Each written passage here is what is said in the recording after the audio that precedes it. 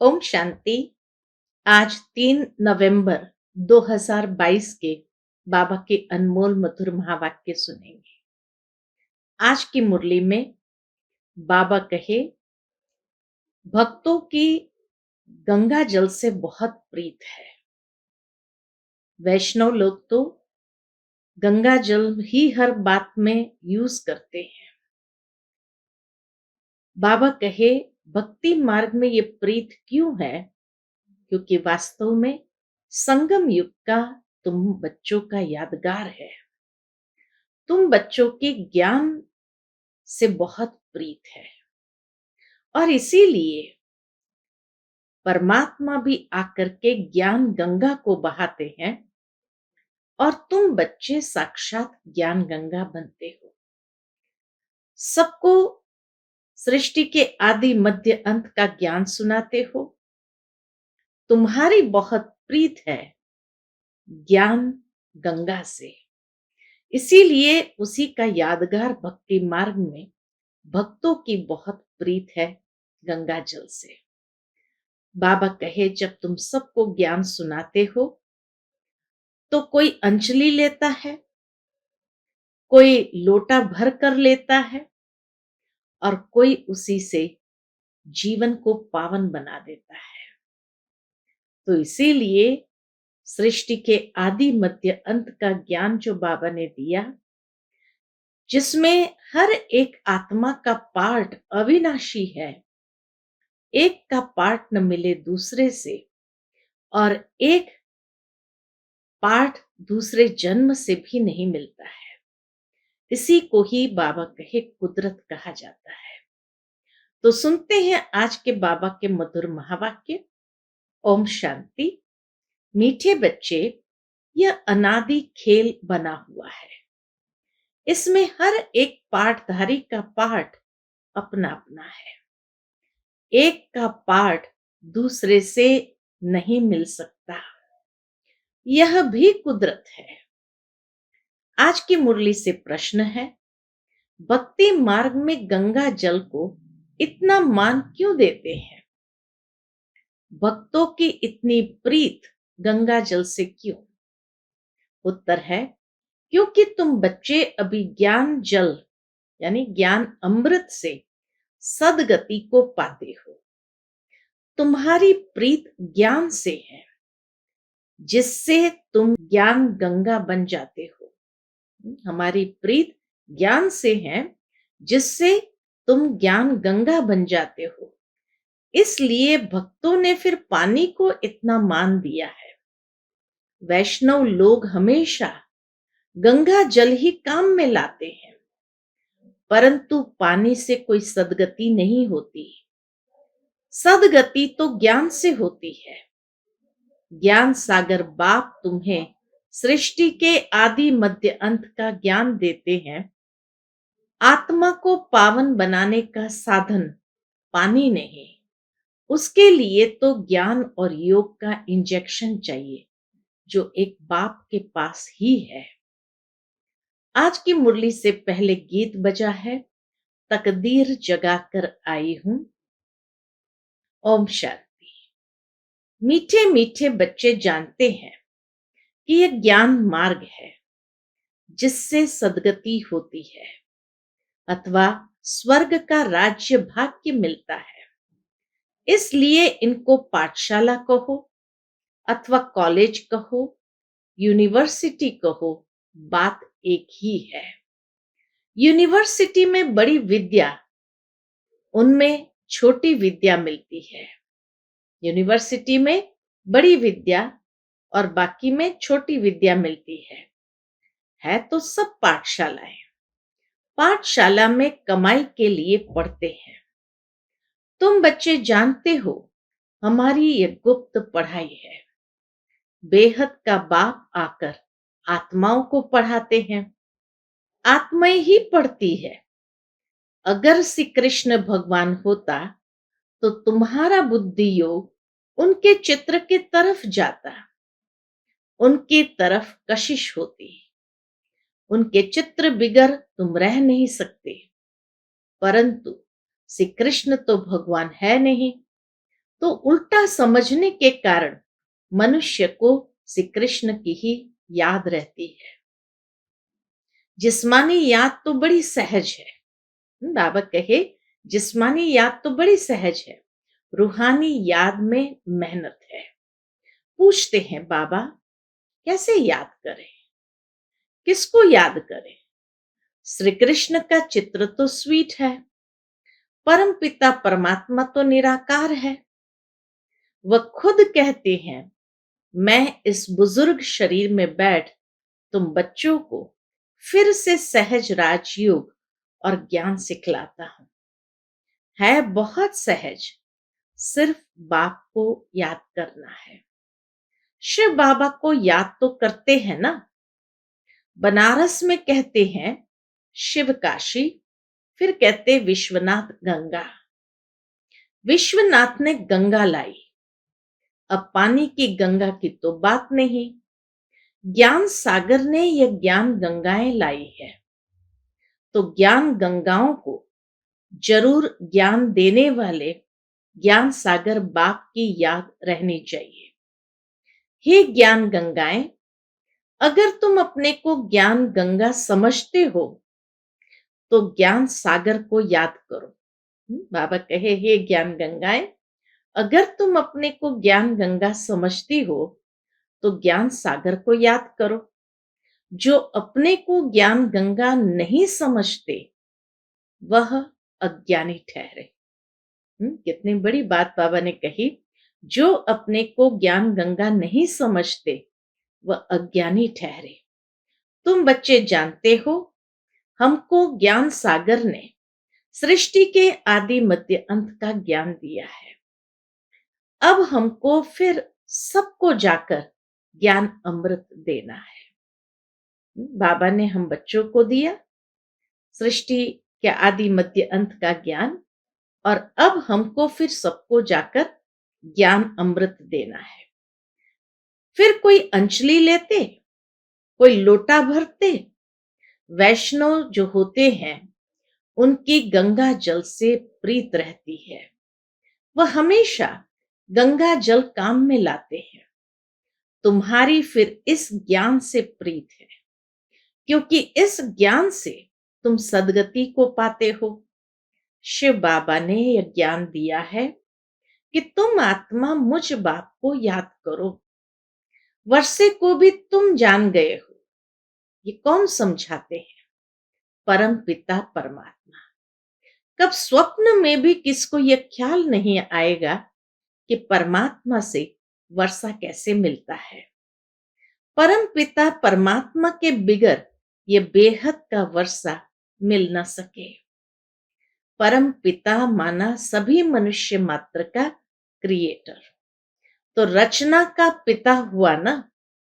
सिर्फ निराकार को ही परम पिता परमात्मा कहा जाता है। उनको इन आंखों से देख नहीं सकते।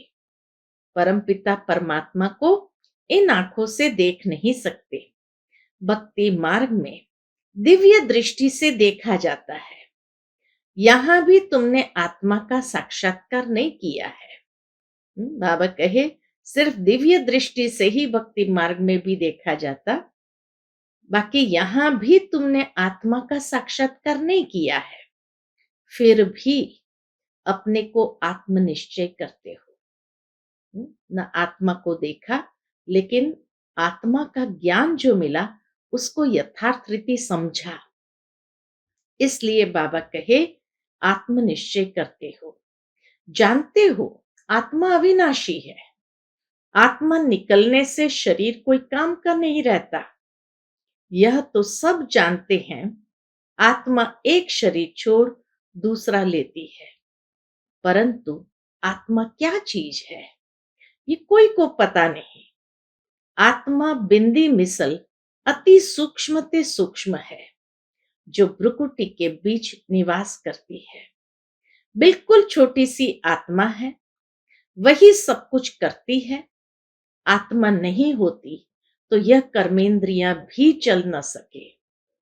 आत्मा एक शरीर छोड़ दूसरा लेकर अपना पाठ बजाती है। हर एक का पाठ अपना अपना है।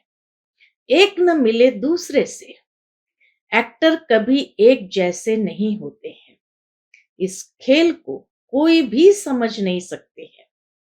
हर एक आत्मा का अपना अपना पार्ट है। आत्माएं सभी एक ही रूप की है, बाकी शरीर भिन्न भिन्न है। यह अनादि खेल बना हुआ है। इन बातों को विशाल बुद्धि ही समझ सकते हैं। वंडर खाना चाहिए। आत्मा बिंदी मिसल, उनमें 84 जन्मों का पाठ अविनाशी नूंदा हुआ है, जो कभी विनाश नहीं होता। इसको कहा जाता है कुदरत। आत्मा खुद कहती है, मैं एक शरीर छोड़ दूसरा पाठ बजाता हूं। हम साक्षी हो सारे सृष्टि के पाठधारियों का एक्ट देखते हैं। शिव बाबा साक्षी हो सारी सृष्टि के पाठधारियों का एक्ट देखते हैं। हम परम पिता परमात्मा से अपना 21 जन्मों के सुख का वर्षा फिर से ले रहे हैं, जिसके लिए हमने 2500 वर्ष अर्थात आधा कल्प भक्ति की है। तो जरूर भक्तों को भगवान मिलना ही है। अब तुमको पता पड़ा है, नंबर 1 भक्त पुजारी तुम ठहरे। इस ड्रामा में पहले पहले सतयुग में तुम देवी देवताओं का पाठ बजाने आते हो। इस समय तुम ब्राह्मण वर्ण में हो। हम आत्मा ब्रह्मा मुख वंशावली ब्राह्मण धर्म के हैं। अभी पढ़ते हैं। हाँ? बाबा कहे अभी पढ़ते इसलिए हैं कि हम ब्राह्मण धर्म से बदल दैवी धर्म में जाए। तो पढ़ाई क्यों पढ़ते हैं? बाबा कहे अभी पढ़ते इसलिए है कि हम ब्राह्मण धर्म से बदल दैवी धर्म में जाएं। आत्मा को ज्ञान मिला है। ज्ञान से सदगति होती है। जब सदगति मिलनी होती है तो सबको मिलती है। बाप कहते हैं, मैं ही सर्व का सदगति दाता हूं। मनुष्य गुरु कब होता नहीं। हमेशा देही अभिमानी रहना है। समझो किसको बच्चा है तो समझना चाहिए यह कर्मों के हिसाब किताब से बच्चा बना। मर गया तो बस एक शरीर छोड़ जाकर दूसरा लिया। हिसाब किताब इतना ही था, पूरा किया। इसमें अफसोस करने व रोने की बात ही नहीं।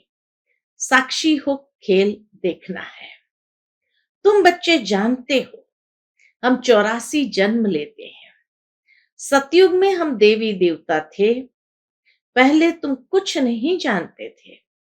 ब्रह्मा ने भी बहुत गुरु किए थे, परंतु इनको भी कुछ पता नहीं था। समझते थे 84 लाख जन्म होते हैं। ब्रह्मा बाबा भी पहले यही समझते थे 84 लाख जन्म होते हैं। अभी तुम ऐसे नहीं कहेंगे। बाप समझाते हैं, मीठे मीठे सिकिलदे बच्चे, हम ही आकर सबकी सदगति करते हैं। सभी धर्म वाले भक्त भगवान को किसी न किसी प्रकार से याद जरूर करते हैं। कहते हैं, ओ गॉड फादर, हे परम पिता परमात्मा, परंतु परमात्मा को जानते नहीं।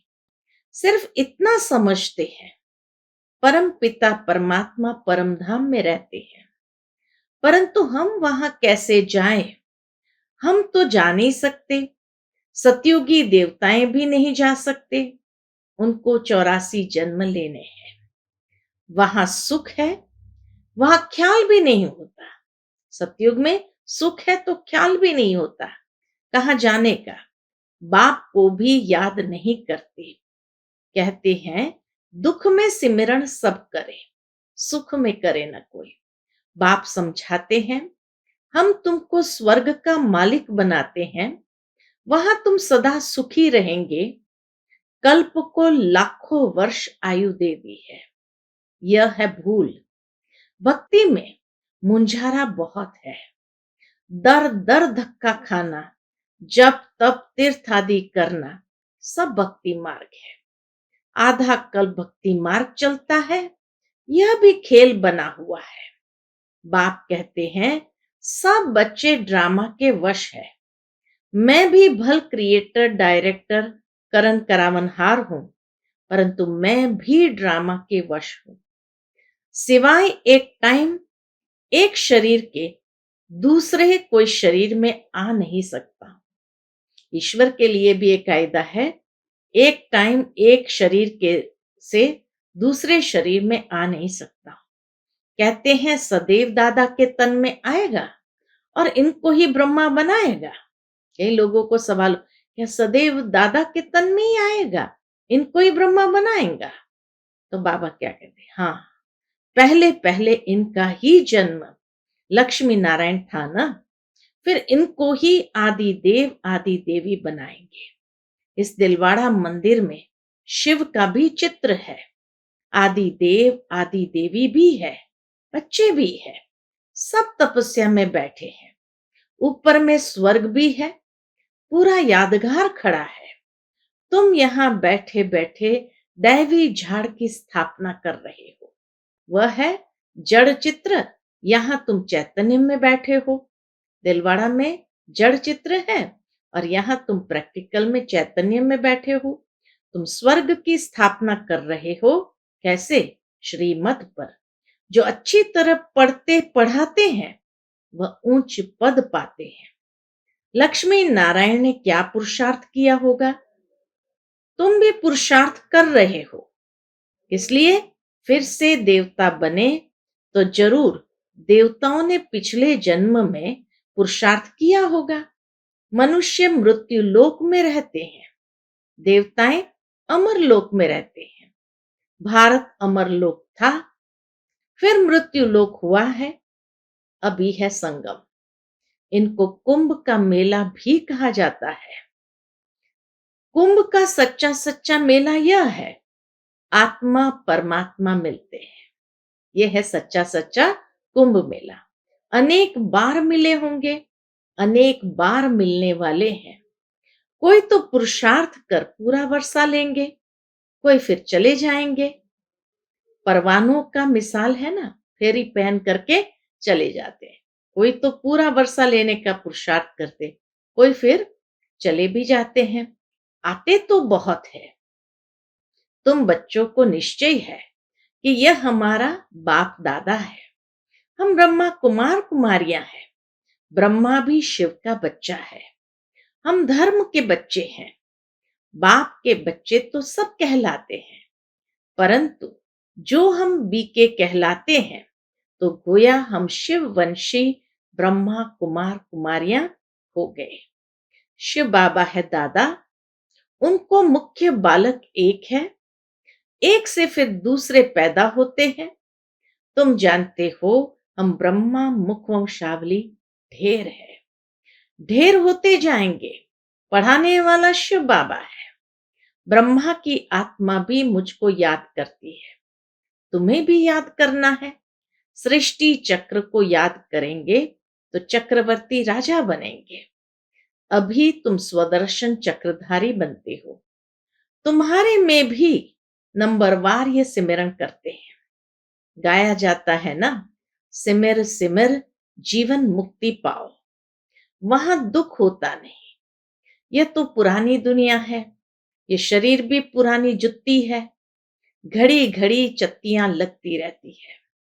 सर्प का मिसाल देते हैं ना, यह पुरानी खाल छोड़ नई ले लेते हैं। सर्प भी पुरानी खाल छोड़ नई ले लेते हैं। नई खाल चमकने लग पड़ती है, तो यह तुम्हारे 84 जन्मों की पुरानी खाल बिल्कुल जर्जरीभूत तमो प्रधान है। अब तुम्हारी आत्मा और शरीर दोनों सतो प्रधान कैसे बने, यह बाप आकर समझाते हैं। मीठे मीठे बच्चे, माम एकम याद करो। इस याद रूपी अग्नि से जो तुम्हारे में खाद पड़ी है वह जलकर भस्म हो जाएगी। तुम्हारी आत्मा सतो प्रधान बन जाएगी।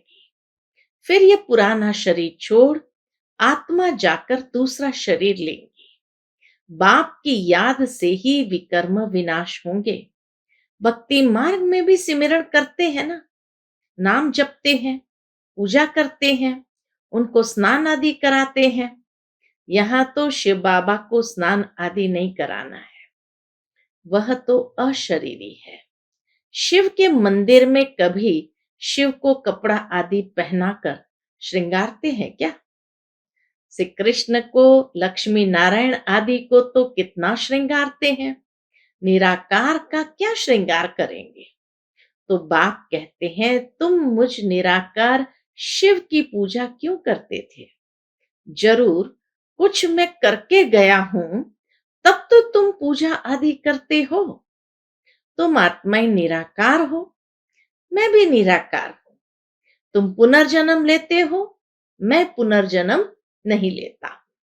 मैं आकर तुमको स्वर्ग का 21 जन्मों का वर्षा देता हूं। सन्यासी आदि तो घर बार छोड़ कर जाते हैं, तुमको तो कुछ छोड़ना नहीं है, सिर्फ ये अंतिम जन्म पवित्र बन बाप को याद करना है। बस याद से ही तुम्हारी आत्मा कंचन हो जाएगी। आत्मा को लोहे से सोना अर्थात पारसनाथ बना देते हैं। आत्मा को लोहे से सोना पारसनाथ बना देते हैं। तुम ही सच्ची सच्ची कमाई करते हो, वह झूठी कमाई भी भल करते रहो।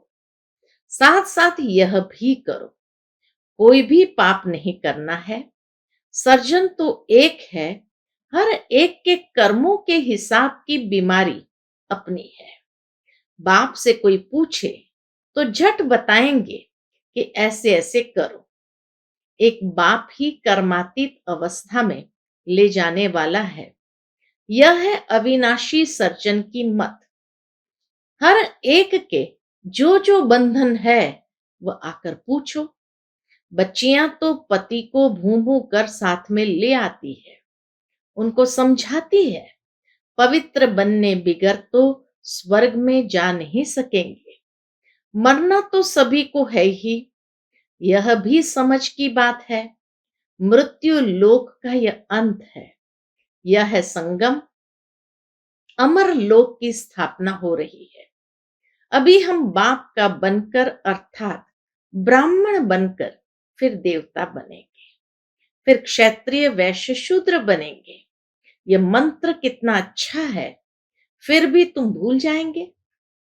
योग में नहीं रहेंगे तो 63 जन्मों के पापों का बोझा सिर पर है, वह कैसे भस्म होगा? गंगा के पानी से थोड़ी पाप धुलेंगे। पाप आत्मा पर लगे हुए हैं। पाप किस पर है? आत्मा पर लगे हुए हैं। पाप आत्मा पुण्य आत्मा कहते हैं ना, तो तुम आत्माओं को पावन बनने का इंजेक्शन चाहिए। वह इंजेक्शन पतित पावन बाप के ही पास है, और कोई के पास यह इंजेक्शन है नहीं।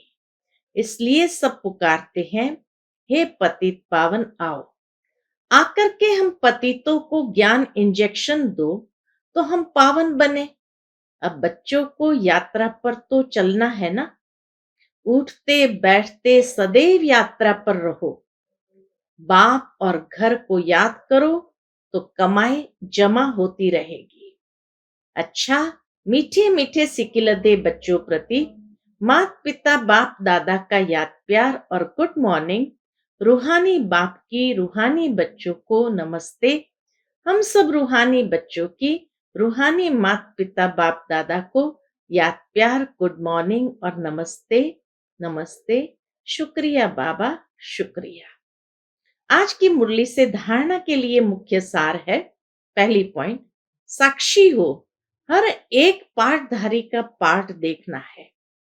बाप से 21 जन्मों का वर्षा लेने के लिए पूरा पुरुषार्थ करना है। दूसरी पॉइंट, आत्मा को सच्चा सोना कंचन बनाने के लिए इस अंतिम जन्म में पवित्र बन बाप को याद करना है, सच्ची कमाई करनी है। आज का बाप दादा का मधुर वरदान हम बच्चों के प्रति है, दाता बन, अखुट खजानों का दान करने वाले, महादानी सो विश्व सेवाधारी भव। दाता बन, अखुट खजानों का दान करने वाले महादानी सो विश्व सेवाधारी भव।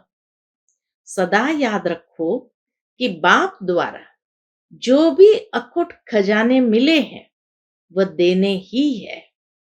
खजानों को कार्य में लगाओ, चाहे मनसा, चाहे वाचा, चाहे संबंध संपर्क में सफल करते चलो।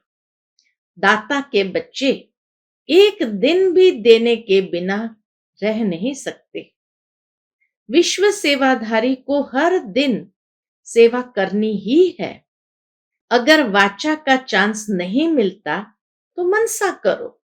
मनसा नहीं कर सकते हो तो अपने कर्म व प्रैक्टिकल लाइफ द्वारा करो।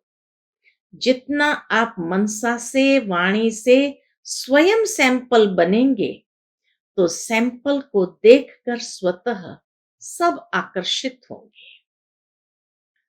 आज का स्लोगन है, जिसके पास दृढ़ता की शक्ति है उसके लिए असंभव भी संभव हो जाता है। जिसके पास दृढ़ता की शक्ति है उसके लिए असंभव भी संभव हो जाता है। अच्छा, ओम शांति।